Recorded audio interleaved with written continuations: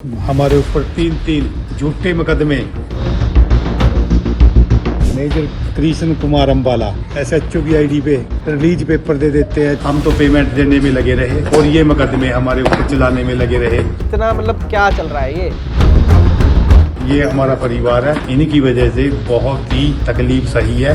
इनके खिलाफ 420 406 का पर्चा दर्ज कराया है। पूरा विश्वास है भी इनको ना तो जमानत मिले, इनकी रसीदों से बचे। ये देखो 39,750 हिंदुजा फाइनेंस कंपनी की गुंडागर्दी की वजह से बिल्कुल ही डैमरेज स्थिति में खड़ा है, खस्ता हालत में खड़ी है। गाड़ी तो बेचनी ही है, बल्कि इसकी गोल्ड चेन, इसका air condition, refrigerator, washing machine सब कुछ बेच दो, ऐसे ऑर्डर भी पारित हो गए।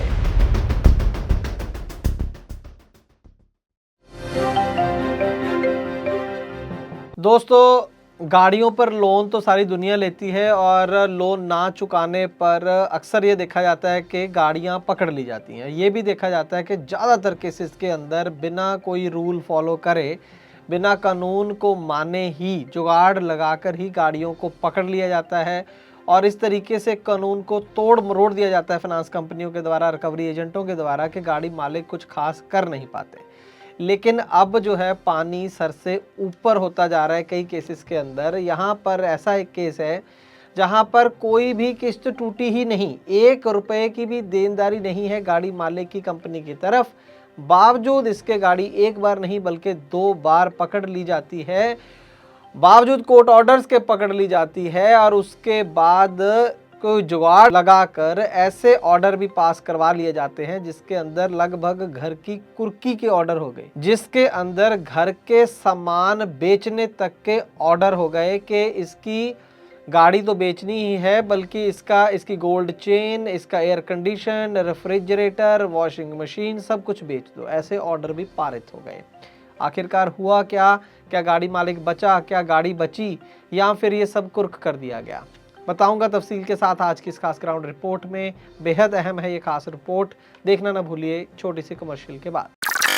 ट्रक हो या बस, टैक्सी हो या ऑटो, छोटा हाथी हो या पिकअप, इन सब का बीमा सिर्फ और सिर्फ ट्रांसपोर्ट मॉल से। बस गाड़ी की RC और पुरानी बीमा कॉपी ट्रांसपोर्ट मॉल ऐप में डालें या 90-831 90-831 पर व्हाट्सएप कर दें, तो गाड़ी का बीमा सिर्फ और सिर्फ ट्रांसपोर्ट मॉल से। ट्रांसपोर्ट टीवी पर आपका स्वागत है, मैं हूं मनिंदर सिंह और आप देख रहे हैं ग्राउंड रिपोर्ट। दोस्तों, रणधीर सिंह हैं, अंबाला हरियाणा के रहने वाले हैं। गाड़ी नंबर आपकी स्क्रीन पर, अशोक लेलैंड 1212, 11,70,000 की ये गाड़ी खरीदी थी। हिंदुजा लेलैंड फाइनेंस लिमिटेड से ये गाड़ी फाइनेंस करवाई थी। बलदेव नगर अंबाला ऑफिस है इनका। ये 2014 में गाड़ी फाइनेंस हुई, 10 लाख रुपए का लोन अमाउंट था, 27,831 रुपये किस्त थी, 47 किस्तें थी, 4 साल का यानी लगभग ये लोन पीरियड था। अक्टूबर 2014 से लेके अगस्त 2018 तक ये चलना था और 2016 अक्टूबर तक सब कुछ ठीक ठाक चलता रहा। 2014 में लोन हुआ और 2 साल तक कोई दिक्कत नहीं आई और लास्ट किस्त जो ठीक ठाक समय की बात कर रहा हूँ वो 24 अक्टूबर को ही भरी थी। और उसी दिन इनको एक लोड मिला था, काला अम्ब हिमाचल प्रदेश से लोड लेकर जाना था बेंगलोर, पतंजलि का इसके अंदर सामान था। लेकिन गाड़ी को शोलापुर महाराष्ट्र के अंदर रिकवरी एजेंट्स के द्वारा, जो हिंदुजा लेलैंड फाइनेंस के जो रिकवरी एजेंट है उनके द्वारा पकड़ लेते हैं। ये जो रिकवरी की घटना होती है ये 15 नवंबर 2016 की बात है और उसके बाद माल को तो कहीं और शिफ्ट कर दिया जाता है गाड़ी में से और गाड़ी को वो जो है पकड़ कर ले जाते हैं। जब गाड़ी मालिक जो ब्रांच मैनेजर है वहाँ पर, कृष्ण कुमार, ये मेन बंदा है पूरी कहानी के अंदर कंपनी की तरफ से, इसको फ़ोन करता है कि मेरी एक भी किस्त टूटी हुई नहीं हुई है, लास्ट किस्त मैं जिस दिन लोड लिया उसी दिन भरी है, 24 अक्टूबर की बात है 2016 की, उसको मैंने भरी है और मेरी आपने गाड़ी कैसे पकड़ ली? तो उसने बोला कि नहीं आपकी तरफ तो 72,250 रुपये पेंडिंग है, आप ब्रांच में आओ तो बात करते हैं। ब्रांच में गया, उसने दिखाया अपनी रसीदें वगैरह कि देखो ये सारी रसीदें हैं और मेरी बताओ कहाँ पर पेंडिंग है। तो उसने बोला कि नहीं हमें नहीं पता, 72,000 रुपये तो तुम्हें देना पड़ेगा, नहीं तो गाड़ी हम तुम्हारी छोड़ नहीं सकते, ये तुम्हारी तरफ पेंडिंग है, हमें तुम्हारी जो रसीदें हैं ये फर्जी हैं, ये बोला गया। तो उसने कहा कि जितनी भी इसमें से रसीदें हैं वो जहाँ तो मैं आपके ऑफिस में आके भर के गया हूँ, आपके कैशियर को पैसे दे के आऊँ, उसने किस्त जो मुझे रसीद दी मैंने ले ली और जब आपका एजेंट मेरे से पैसे लेने आया तब मैंने आपको फ़ोन करा कि आपका बंदा जी पेमेंट लेने आया, मैं दे दूं। आपने बोला हाँ दे दो, तो मैंने पेमेंट दी। तो बताओ मेरी इसमें क्या गलती है कि अगर कोई फर्जी है नहीं फर्जी, तुम्हारे दफ्तर में क्या चल रहा है मुझे क्या पता है, कौन सी रसीद असली है कौन सी नकली है, मैंने तो तुम्हारे से ली है। इस बात का कोई जवाब नहीं था, लेकिन उन्होंने गाड़ी नहीं छोड़ी। तो इसके बाद कंज्यूमर कोर्ट अम्बाला में उन्होंने कंप्लेंट फाइल करी गाड़ी मालिक ने, और 7 मार्च 2017 को ही ऑर्डर आ गया गाड़ी मालिक के हक में। उन्होंने तमाम अपने दिखाई रिसीट्स वगैरह, कुछ था ही नहीं केस के अंदर। तो कोर्ट ने कहा कि 2 दिन के अंदर अंदर गाड़ी छोड़े कंपनी, लेकिन मैनेजर गाड़ी नहीं छोड़ता, और मैनेजर जो डिस्ट्रिक्ट के बाद स्टेट ट्रिब्यूनल जो होता है वहाँ पर चला जाता है, स्टेट कंज्यूमर कोर्ट में चला जाता है, और वहाँ पर भी 1 महीने बाद जो है वो केस डिसमिस कर दिया जाता है। मतलब कि जो कंपनी अपील करती है उसको खारिज कर दिया जाता है। डिस्ट्रिक्ट कोर्ट जो कंज्यूमर कोर्ट है उसका ही फैसला बना रहता है कि गाड़ी को छोड़ो, तो गाड़ी छोड़नी पड़ती है इनको। लेकिन फिर भी ये उसको गाड़ी मालिक को मना लेते हैं कि ठीक है अब तुम चलाते रहो, अब सब ठीक है, तुम अपनी किस्तें भरते रहो, कोई दिक्कत नहीं है। तो गाड़ी मालिक को तो लगा कि मेरा सब ठीक ठाक हो गया, वो अपनी किस्तें भरता रहा। जब तक इतनी देखा जाए तो जितनी देर गाड़ी वहाँ पर खड़ी रही वो सब उनकी गलती थी, फिर भी गाड़ी मालिक ज़्यादा पचड़े में नहीं पड़ा, वो किस्तें भरता रहा लगातार उस पीरियड की भी जब गाड़ी कंपनी के पास खड़ी हुई थी, फाइनेंस कंपनी के पास खड़ी हुई थी।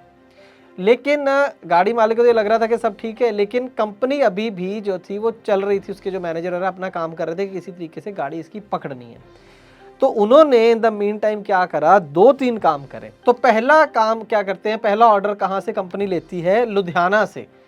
अब समझ में नहीं आया हमारे तो कि लुधियाना जुरिस्डिक्शन कैसे बना, और ये गाड़ी मालिक को अब तक समझ में नहीं आया। केस पूरा हरियाणा का है, गाड़ी मालिक हरियाणा का, कंपनी हरियाणा से लोन लिया है, ब्रांच जो है ब्रांच ऑफिस है वो हरियाणा का अम्बाला में, लेकिन पंजाब की लुधियाना सेशन कोर्ट से ऑर्डर होता है, लुधियाना अंजना डिस्ट्रिक्ट सेशन कोर्ट एज पर FIR।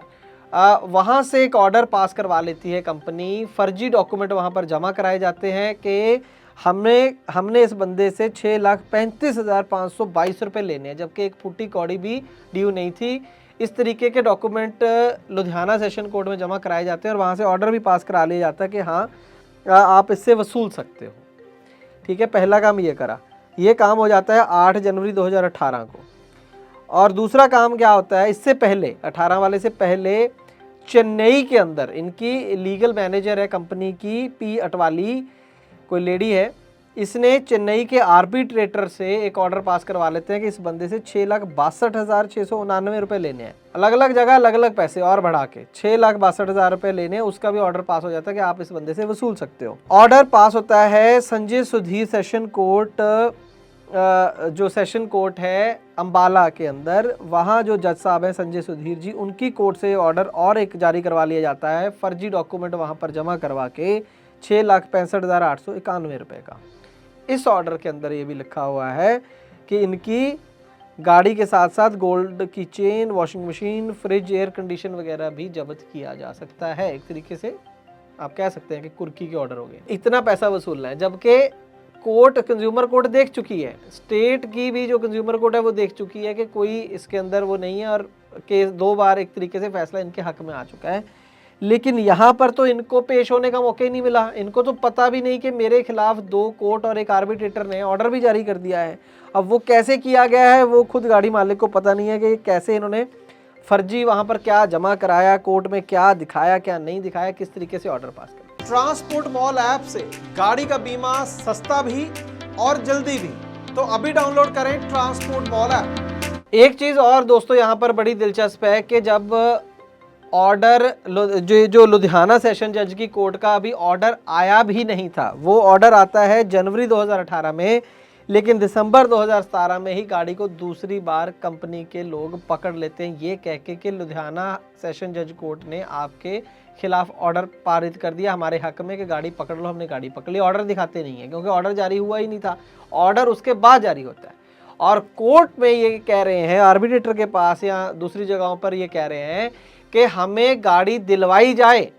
कोर्ट में ये कह रहे हैं, गाड़ी इन्हीं के पास है, कि हमें इतने पैसे ड्यू हैं, हमें रिकवर करने हैं, हमें ऑर्डर दिए जाएं कि हम ये गाड़ी पकड़ लें, जबकि गाड़ी ये पहले ही पकड़ चुके थे।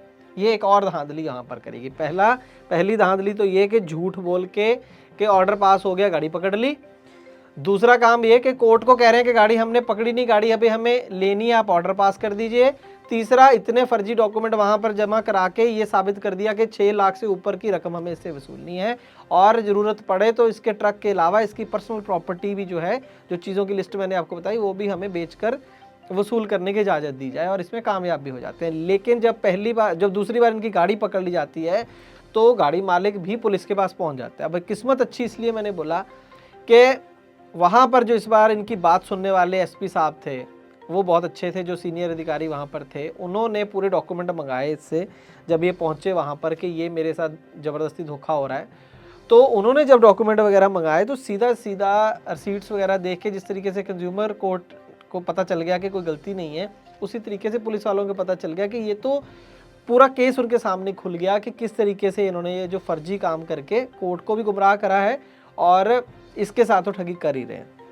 अब यहाँ पर ये बहुत ही एक नायाब चीज़ ये हुई है कि पुलिस वाले अक्सर देखा जाता है ऐसे केसेस के अंदर कोई इंटरेस्ट नहीं लेते हैं, और बहुत ही रेयर, मुझे तो याद नहीं है इससे पहले कब कि कोई बहुत अच्छी एक आगे बढ़ के हेल्प करी हो किसी गाड़ी मालिक की। लेकिन इस केस में लाजवाब काम अम्बाला पुलिस के द्वारा किया गया कि इनकी पूरी हेल्प करी गई, पूरा केस को समझा गया और बाकायदा ऑर्डर किए कि ये जो गाड़ी है सत्य प्रकाश जी की उसको छोड़ा जाए। ये truck HR37 8624 Hinduja finance company ने पूरी पेमेंट लेने के बाद भी इस ट्रक को रोड पे नहीं चलने दिया। ये ट्रक खड़ा डैमरेज हो गया, चलने के लायक नहीं रहा, बिल्कुल डैमरेज। हिंदुजा फाइनेंस कंपनी की गुंडागर्दी की वजह से टायर भी बदल दिए थे, और जब इनके यार्ड में जब्त खड़ी थी, आज ये ट्रक बिल्कुल ही डैमरेज स्थिति में खड़ा है। तो कुल मिलाकर फर्जी दस्तावेज दिखाकर, फर्जी बहाने बनाकर नवंबर 2016 में पहली बार गाड़ी पकड़ी जाती है। फिर कंज्यूमर कोर्ट के ऑर्डर से 2017 अगले साल के शुरू में ये गाड़ी इनको वापस मिलती है। फिर फर्जी ऑर्डर ला के कोर्ट से इन्होंने गुमराह करके कोर्ट को उसी साल के 17 के एंड में दोबारा से ये गाड़ी पकड़ लेते हैं। फिर 18 के मिड में जाके जुलाई 2018 में फाइनली इनको अपना ट्रक वापस मिलता है। इसके बाद 2020 में, और ये जो पूरी इनको गाड़ी मिल पाई आखिरकार, बावजूद इसके कि आर्बिट्रेटर और 2 कोर्ट्स के ऑर्डर कंपनी ले आई, चाहे फर्जी तरीके से ले आई, उसके बावजूद इनको गाड़ी दिलवाई गई। वहाँ पर जो भी सीनियर अधिकारी बताया जा रहे हैं, एसपी उस टाइम थे जशवंत सिंह रंधावा, और बाकी के जो भी जिन्होंने भी ये पूरी वहाँ पर इन्वेस्टिगेशन करी है, दाद देनी पड़ेगी उनकी कि वो ये ढूंढ पाए कि किस तरीके से बेवकूफ़ बनाया गया, कोर्ट को गुमराह किया गया और इनकी गाड़ी को 2 बार गलत तरीके से जब्त किया और उसके बाद गाड़ी दिलवाई। तो 2018 में इनको गाड़ी मिल गई थी जुलाई में। इसका मतलब ये साबित हो गया था पुलिस के सामने कि ये सब इन्होंने गोरख धंधा करा है फाइनेंस कंपनी ने, जो हिंदुजा लेलैंड फाइनेंस है। बावजूद इसके इनके एम्प्लॉयज़ के ऊपर कोई कार्रवाई नहीं हुई। अब जाकर 7 दिसंबर 2022 को FIR दर्ज हुई है। कंपनी के जो एम्प्लॉयज़ हैं, कृष्ण कुमार मैनेजर, अमनदीप सिंह मैनेजर जो लुधियाना ब्रांच का था, और लीगल मैनेजर इनकी P अतवाली, इन तीनों के ऊपर FIR दर्ज है। लेकिन ये अभी जो बताया गया, हमें जो जानकारी मिली है, वो तीनों फरार हैं, अभी वो पेश नहीं हुए हैं। तो ये तो समझ से ही परे होगी कहानी कि पहले इतना मतलब क्या चल रहा है ये। एक तो ये होता है कि भाई डिफ़ॉल्ट है, कोई डिस्प्यूट है, यहाँ पे तो कोई डिफ़ॉल्ट है ही नहीं। पहले 72,000 रुपये आपका आया नहीं, ये कह के गाड़ी पकड़ ली, फिर साबित हो गया कंज्यूमर कोर्ट में कि नहीं ऐसा कुछ नहीं है।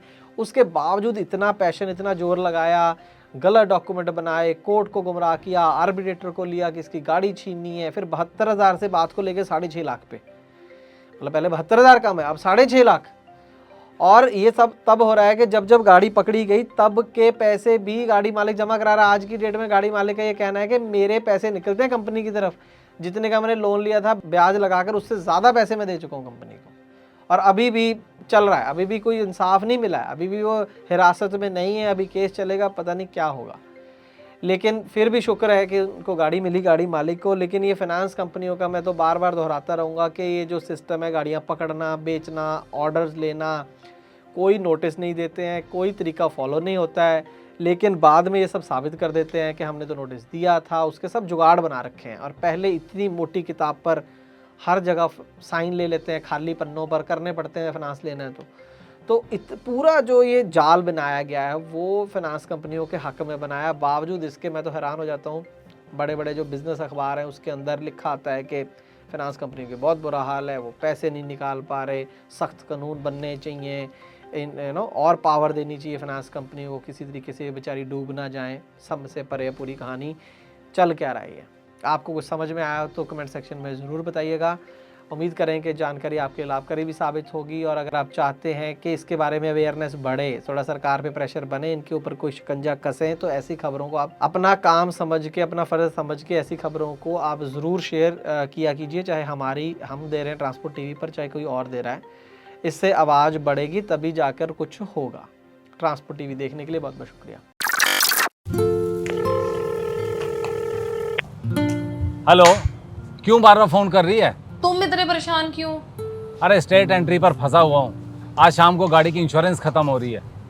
कल छुट्टी है, कोई एजेंट फोन नहीं उठा रहा। दिमाग खराब हो रखा है मेरा। रोज ट्रांसपोर्ट टीवी देखते हो ना, ट्रांसपोर्ट मॉल ऐप से ले लो। अरे हाँ, ट्रांसपोर्ट मॉल, पर क्या वो छुट्टी वाले दिन बीमा देते हैं? ट्रांसपोर्ट मॉल वाले छुट्टी वाले दिन भी पॉलिसी देते हैं।